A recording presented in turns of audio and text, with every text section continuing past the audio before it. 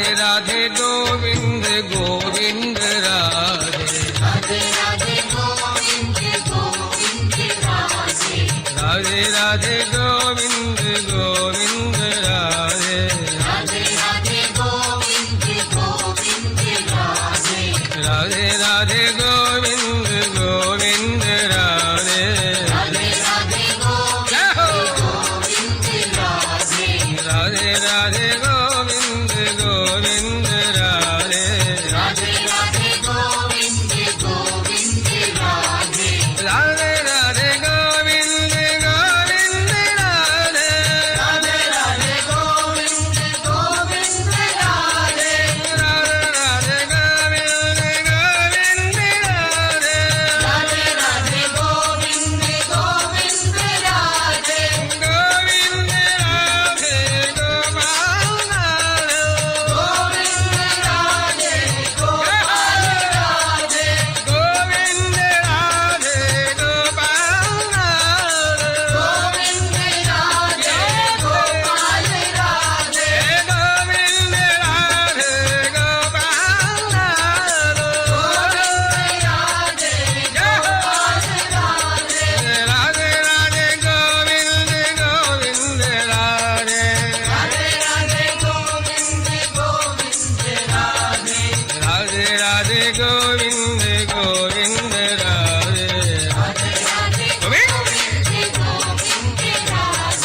Radhe Radhe Govind Govind Radhe. Radhe Radhe Govind Radhe Radhe Govind Govind Radhe. Radhe Radhe Govind Govind Radhe. Hey Govind.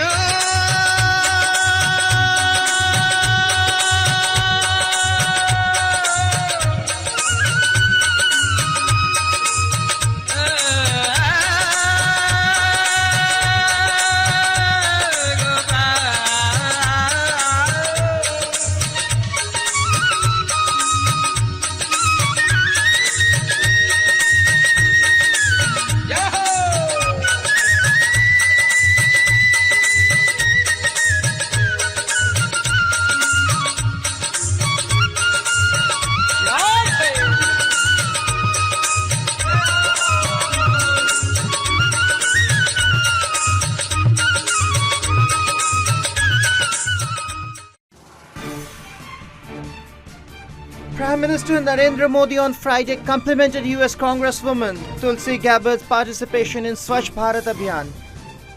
Prime Minister Modi on tweet described her efforts in this regard as special gesture. Gabbard made a surprise stop at a public school in the national capital and joined the children in cleaning up the school. The Swachh Bharat Abhiyan was launched nationwide to focus on sanitation, hygiene and waste management. The aim of the movement is to make India clean by 2019. I think Prime Minister Modi's visit to the U.S. Just a few months ago really played a major role in the change of that perception and people really looking towards India with a renewed interest of the great excitement that's coming not just at the top of your government, but really at the grassroots, that people are looking for this positive change that impacts everyone. I'll give one example that I've been so impressed by here is the Clean India campaign. Hello, here we have with us Congresswoman Tulsi Gabbard from Hawaii. Hello, ma'am. Hello. Namaste. Aloha. Yeah. We would like to hear from you your opinion about yoga. That's a large topic that is very difficult to answer quickly. In my own life, I'm a devotee of Lord Krishna and a practitioner of Bhakti Yoga and Karma Yoga, and have found through Lord Krishna's teachings in the Bhagavad Gita really the essence of who we are, our actual identity, our position as part and parcel of the Supreme, and our function to be of service, to serve Krishna in a loving way, and to serve and care for others.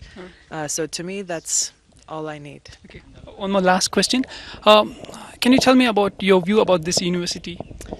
It's a a pleasure to have been invited to come here and to visit and to see the kinds of work that's being done here.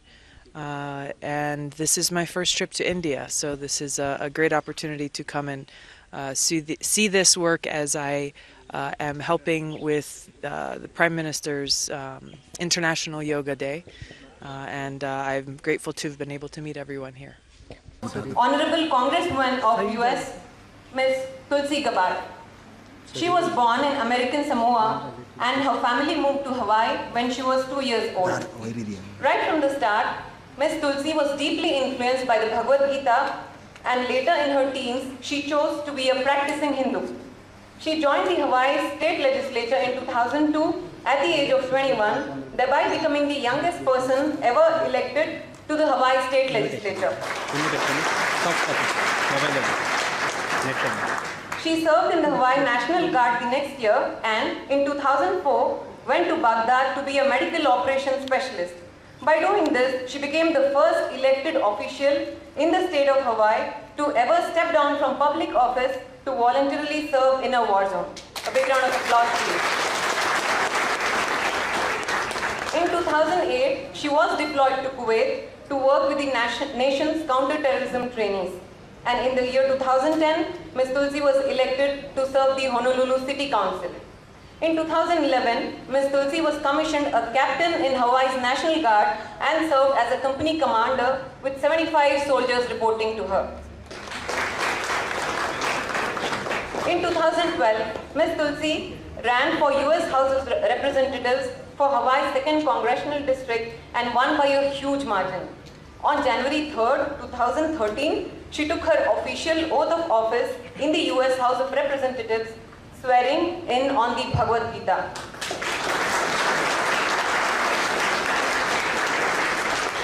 She also got elected for a second term this November. Tulsi is the first American Hindu ever elected to Congress.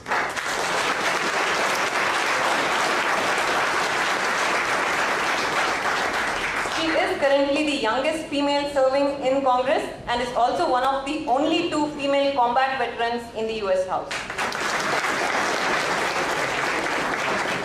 Tulsi possesses the rare combination of youth and experience. People perceive in her a maturity and depth that is far beyond her age. And it is with all humility does she credit her unique and inspiring life to the Bhagavad Gita. She is an ardent believer of the Bhakti and Karma Yoga. Tulsi has won many awards and accolades, including the honor from the Kuwait National Guard, which she was the very first woman to receive. Ladies and gentlemen, please put your hands once again to welcome Ms. Tulsi.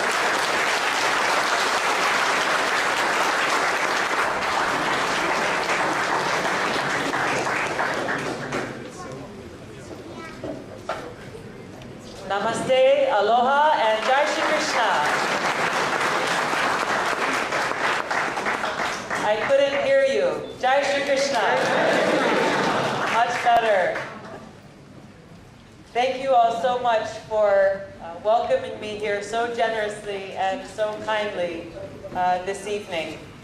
It's an honor to join you and to be able to share a few of my own thoughts and insights with you. Thank you for your very kind introduction.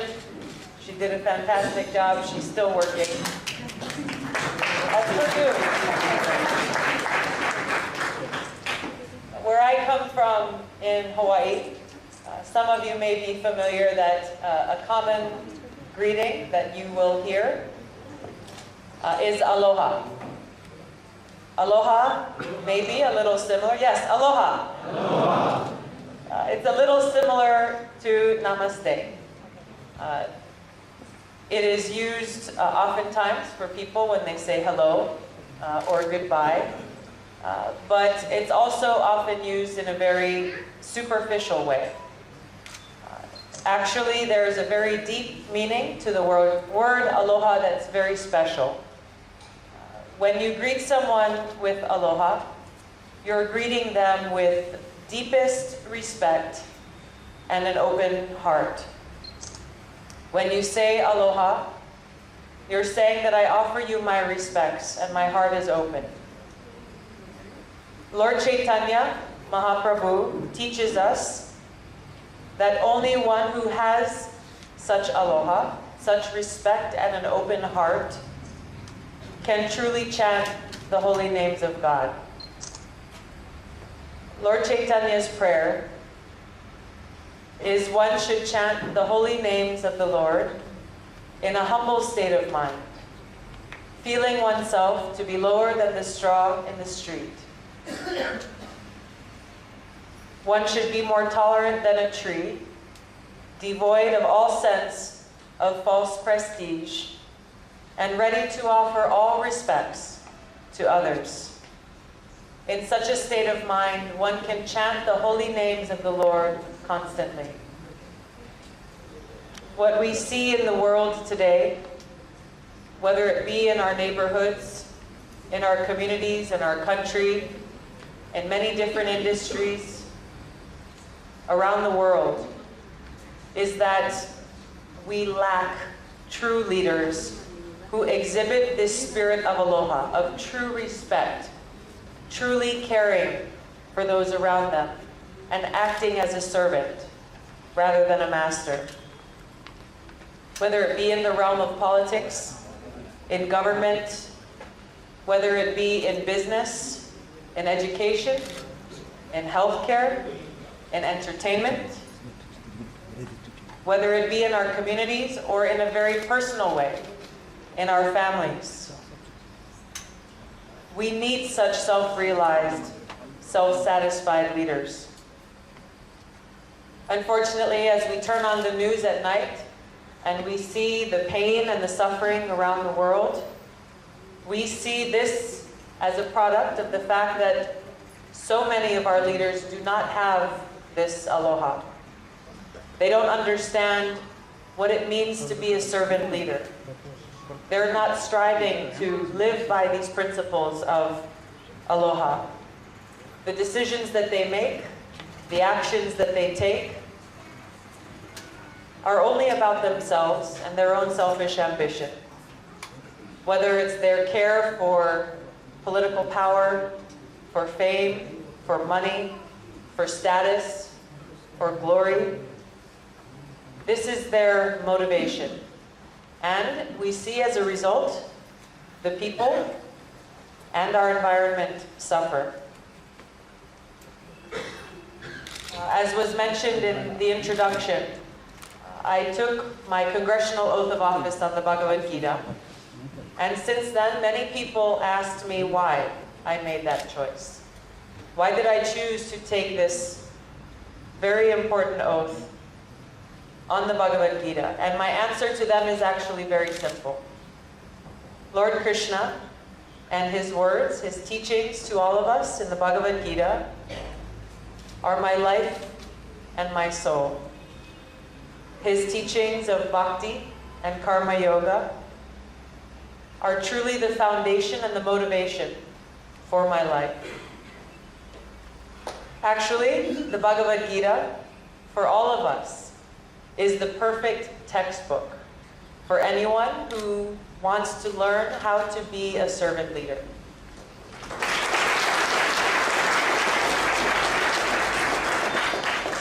The teachings that Lord Krishna has gifted to us through the Bhagavad Gita are as relevant to us today as they always have been and they always will be. Whether you're a small child, or you're a parent, a teacher, a student, a businessman or woman, an educator, a politician, every single one of us in our own lives has the opportunity to learn this greatest gift from Lord Krishna, to study this textbook on how we can apply these principles of servant leadership in our own lives. In my life, it was through the practice and the following of karma yoga and bhakti yoga taught in the Bhagavad Gita that I gradually realized my true identity, my spiritual essence, and my purpose in life. I came to realize and truly understand that my body, this body, is not actually who I am. It's temporary, not eternal, and it's like a garment. It's like a piece of clothing that you wear and then you leave behind. I came to understand my true identity as spirit soul, as Atma, only temporarily using this body. And I came to appreciate and understand and know in my heart of hearts that God is my best friend. I realize that throughout my life, I have only ever been truly happy when I've been using my life in God's service. I felt that one way that I could serve God and do my best to be pleasing to Him was by engaging in karma yoga, by working for the well-being of His children and the environment. So as a youngster, as a teenager, I grew up in Hawaii and I enjoyed the ocean. I went surfing all the time. I went hiking outdoors. And I became frustrated because I saw people throwing their trash on the ground. I saw people lacking in this care for our home, for our environment, for land and water. So I knew that I needed to do something about this. I co-founded an environmental nonprofit with my father called Healthy Hawaii Coalition. And through this program, we developed and implemented a 2-day educational program that we took to schools all across the state of Hawaii, reaching out to thousands of children who were in elementary school, 8, 9, and 10 years old. And our program taught them the importance of protecting our land and our precious water, as well as the consequences of their daily actions. That when you throw your trash out the car window, it can end up in your drinking water. That the very seemingly small actions that we take every single day in our life have very real consequences. My motivation in doing this was I wanted to share with these young people, with these children, the importance and the very great responsibility that every single one of us has to take care of Mother Earth. I'll never forget the very happy feeling that I had in my heart when I was teaching these children and I saw the light bulb go off in their eyes. I saw the excitement in their eyes at learning something that they knew was important. They were eager, they were excited, and I knew that as this light bulb was going off, they would take these important lessons and they would carry them back home with them. They would tell their mother and their father, "Don't you know if you do this, something bad will happen?" They would tell their siblings, "Don't you know what happens when you leave your trash on the ground, when you don't care for our Mother Earth?" And as I saw this excitement in their eyes, I felt this deep happiness in my own heart. I felt this feeling of great reward that I had never experienced before in my life, just doing actions for myself, doing things that I thought might be fun for me or might make me happy. And having gone through that experience, I knew one thing very clearly, that I wanted to keep doing more. I wanted to keep doing more and more for other people. I felt that while this program was effective and very good, I needed to be in a position to have greater influence to continue to try to solve these problems and more. That's what motivated me to run for the Hawaii State House of Representatives when I was 21 years old, at a time when many people asked me, "Why aren't you out going to a party?" I felt very resolute and very committed in my mission and why I was doing what I was doing. After the attacks on 9/11, where more than 3,000 Americans were killed in New York City, this horrific attack changed everything, not only for our country, but around the world. And like so many others from my home state of Hawaii and from across the country, I joined the military. enlisting in the Hawaii Army National Guard. I wanted to serve my country, and I wanted to join in the fight against these Islamic extremist terrorists who were responsible for this attack.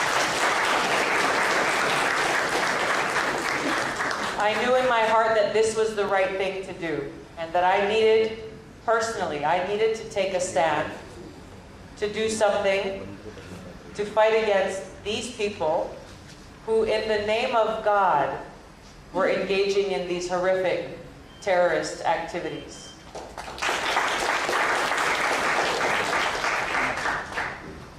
So less than a year later, in 2004, I was campaigning for re-election in Hawaii. It looked to be a very easy re-election. My opposition was very minimal, and I was feeling very content and peaceful. Hawaii is a beautiful place. I was with my family and with my friends. But then the brigade combat team in my military unit was called up for a deployment to Iraq. I found out that close to 3,000 of my brothers and sisters would soon be deploying to this far-off land, deep in conflict, but I wasn't among those who were called up. For whatever reason, I was being allowed to continue my life in my beautiful home without disruption. I was faced with a decision, one, between an easy re-election to my state house seat, and the other, volunteering to deploy with my brothers and sisters to Iraq. I knew in my heart there was no way that I could stay home in the safety of Hawaii, of my job and my family and my friends, and watch my brothers and sisters march off into combat and possible death while I stayed in Hawaii. I couldn't stay home and watch them say goodbye, knowing that that may be their last goodbye. I withdrew from my re-election campaign and volunteered to join them.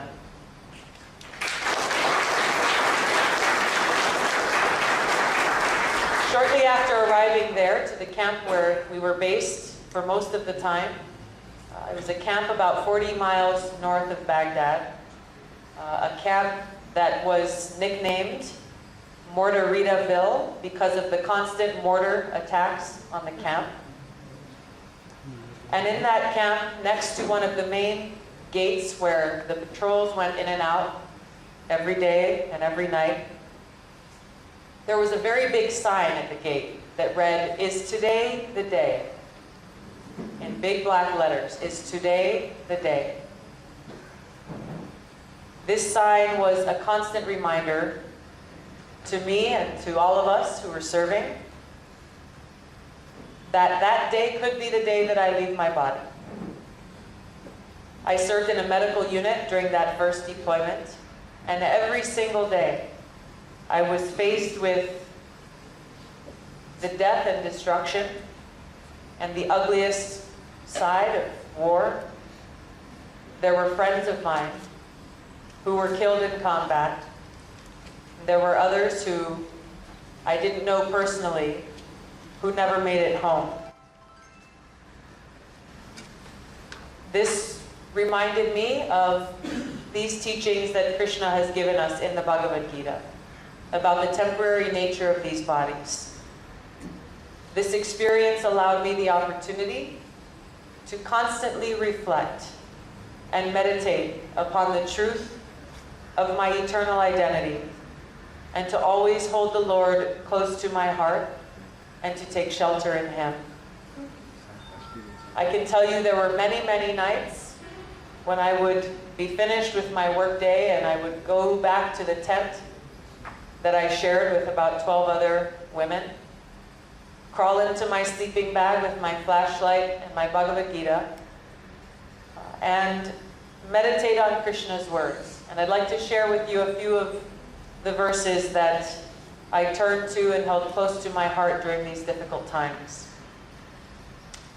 Krishna says, "The soul can never be cut into pieces by any weapon, nor burned by fire, nor moistened by water, nor withered by the wind." Always think of me and become my devotee. Worship me and offer your homage unto me. Thus, you will come to me without fail. I promise you this because you are my very dear friend. In chapter 18, Krishna says, abandon all varieties of religion and just surrender unto me. I shall deliver you from all sinful reactions. Do not fear. After coming home from my second deployment to the Middle East, I had learned many lessons, had experienced many things, and I knew that there was an opportunity to be of service because I realized that our Congress needed representatives in positions of leadership who had a greater appreciation and understanding of the high cost of war, the high cost in precious human lives, as well as the cost in resources, the cost on our economy, the cost in our country. In the United States, it's the Congress that has the responsibility to declare war. It has the responsibility to make that very important and difficult decision about when and where our men and women in uniform are sent into combat, when and where their lives are put into harm's way. So I decided that the best way that I could be of service was to run for Congress. When I had the opportunity to do so in 2012, I took it. I won that election, and ever since have been doing my best in Congress to continue to work for the well-being of all people.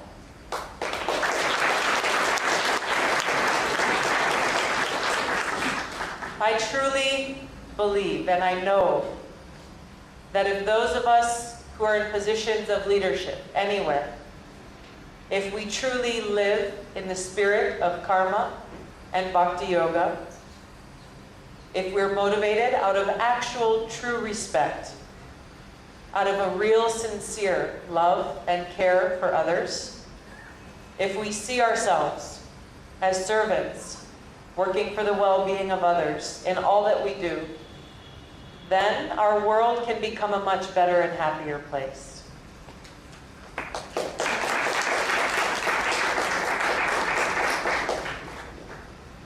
When I'm talking about leaders, I'm not only referring to leaders in Parliament, to your Prime Minister, to our President, to Congress. I'm referring to leaders in all sectors, in all industries, in all fields of endeavors. Each of us has the opportunity to apply these principles of karma and bhakti yoga in our own lives. If you're a farmer growing food, you can grow food that is good, that will nourish and feed people. If you're sweeping the street, you can clean those streets so that our children and our families have a healthier place to live. If you're in the military, you can stand up with integrity in your service to your country and your people. If you're a teacher, you can share good ethics, good values, good skills, and this important principle of servant leadership which transcends any religion, any faith, any race, any age, ethnicity, any of these so-called artificial labels that are too often attached to ourselves. These principles of karma yoga can be applied by everyone. Every single one of us can work in the spirit of karma yoga, motivated out of love for God and love for others. Mahatma Gandhi said, this is a very famous quote, I know many of you know, the best way to find yourself is to lose yourself in the service of others. Saint Francis of Assisi said, for it is in giving that we receive. Each of these demonstrate what the Aloha spirit truly means. It is in this aloha spirit that I offer each of you my deepest respect, my love, and my gratitude. Thank you very much for letting me share my heart with you. Jai Shri Krishna. Aloha. Aloha. Thank you very much. Namaste, aloha, Jai Shri Krishna.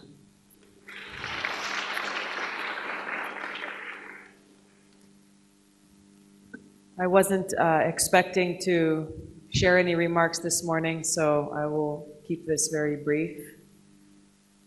As in my introduction, I come from Hawaii, where some of you may be familiar with a common greeting there, which is aloha. Many people use this greeting as a way to say hello or goodbye, but actually the meaning of aloha is much deeper than that.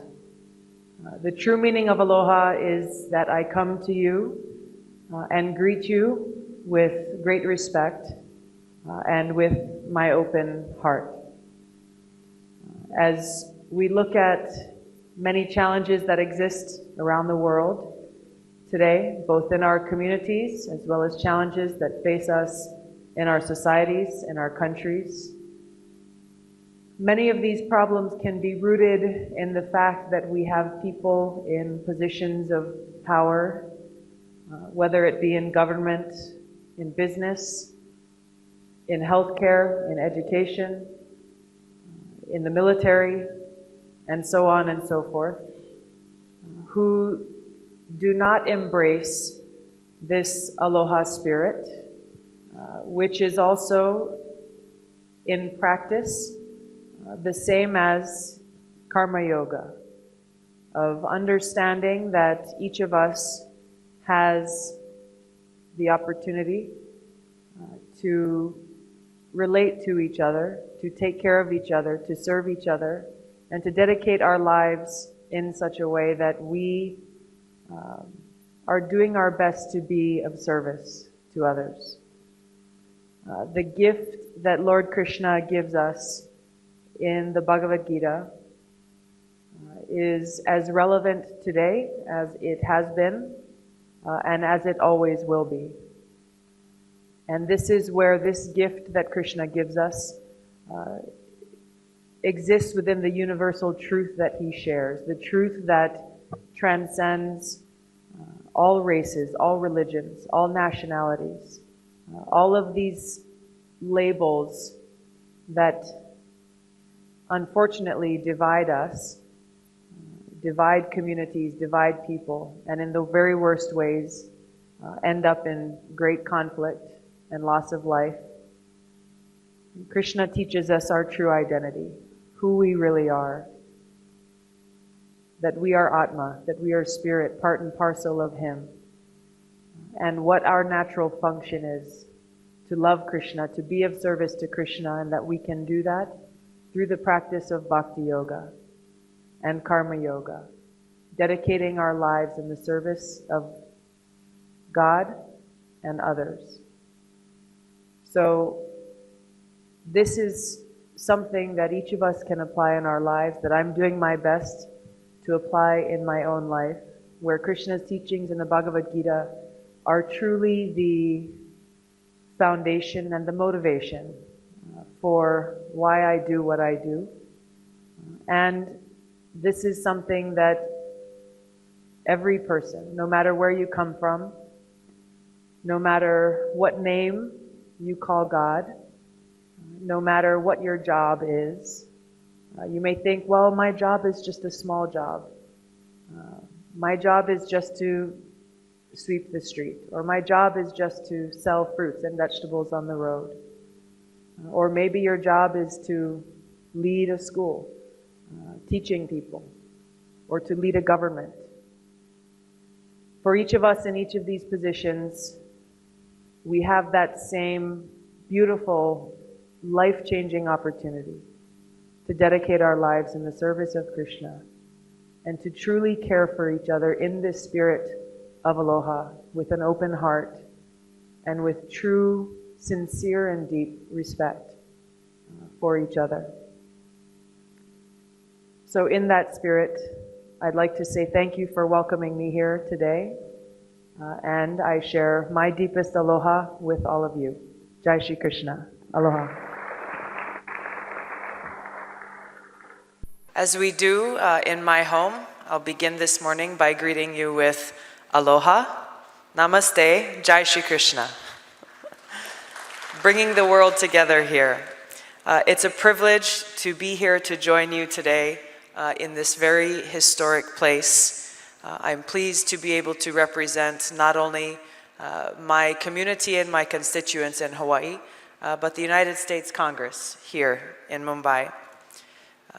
This, as you mentioned, is considered to be Asia's largest, oldest, and fastest stock exchange. And I'm really honored to be able to participate in ringing the bell, because I think that it represents a symbol of a renewed relationship between India and the United States, and the incredible potential and opportunity that exists for further cooperation, for further collaboration, and to bring about true progress and positive change on the many areas of shared interest between our two countries. Some of those shared areas obviously include democracy, being the world's largest democracy, having a strong partnership and friendship with the world's oldest democracy, and the diversity that both of our countries celebrate. I've been here now for just over a week, have visited Delhi, Goa, Bangalore, here in Mumbai. Next we'll go to Pune, Ahmedabad, and back to Delhi. And I'm looking forward very personally as a devotee of Lord Krishna to visit Vrindavan on the last few days of my trip. As I look to Lord Krishna's teachings in the Bhagavad Gita, he gives us great wisdom and tools that each of us can apply. Whether I'm in Washington, D.C., in Hawaii, or here in India, when I see the different challenges that we face, both as individuals, but also as two countries, and I look at other regions and nations in the world, I look to Lord Krishna's teachings of Karma Yoga.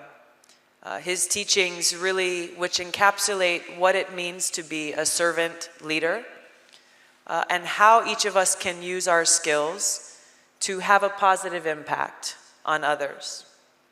In your industry, in this world of finance, in business, the movement of capital, it's a neutral thing on its own.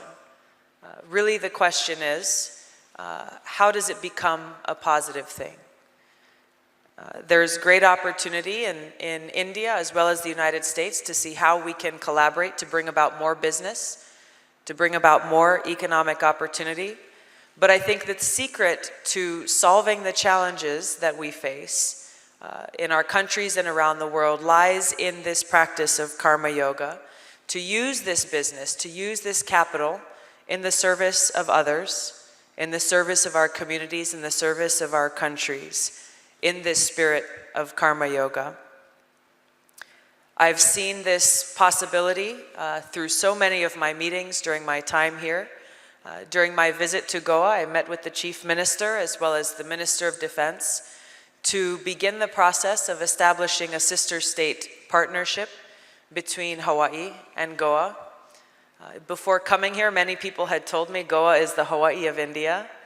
So while I regret I only had a very short time there, I was in Goa for just less than 24 hours. Immediately I saw many of the similarities and look forward to continuing to work to bring about this partnership. There are many different industries here in India that the United States can benefit from partnering with India in, and vice versa.